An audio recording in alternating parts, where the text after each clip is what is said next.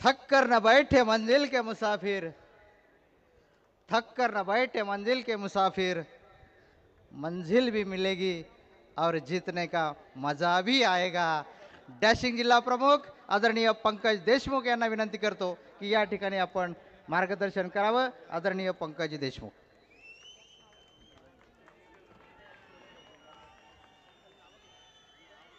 अखंड हिंदुस्थानाचा आराध्य दैवत राजे शिवछत्रपती शिवाजी महाराज, शिका, संघटित व्हा, संघर्ष करा, हे ब्रीदवाक्य ज्यांनी मनामनात राबवलं,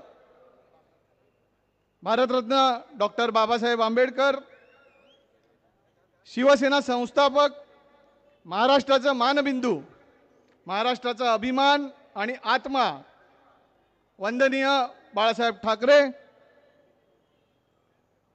आपले पक्षप्रमुख माजी मुख्यमंत्री उद्धवजी ठाकरे, सर्वांना मानाचा मुजरा।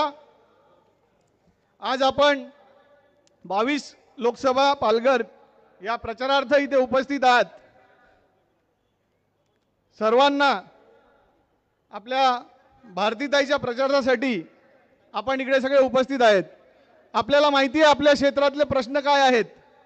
आपल्या क्षेत्रात आरोग्याचा मोठा प्रश्न होता।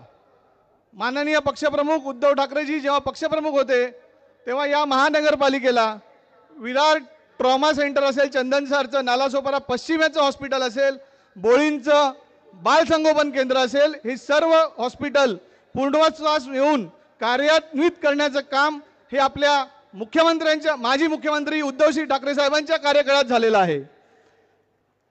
आपली पाणी योजना असेल, आपल्या पाणी योजनेला 185 MLD ला जवळजवळ 1200 कोटी आजपर्यंत सरकारने खर्च केलेला आहे।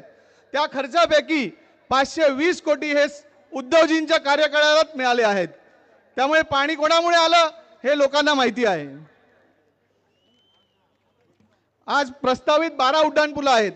या 12 उड्डाणपुलांसाठी आपले विरोधी पक्षनेते अंबादास दानवे असतील, आमदार सुनील शिंदे असतील, हे सातत्याने प्रत्येक विधानसभाच्या क्षेत्रात त्याची आग्रही मागणी करत आहेत।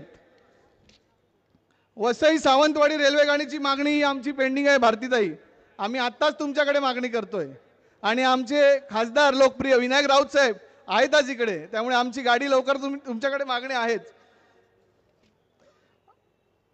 पालिकेच्या कंत्राटी कामगारांचा प्रश्न असेल, तोही प्रश्न सातत्याने विधान परिषद आमदार यांनी मांडलेला आहे।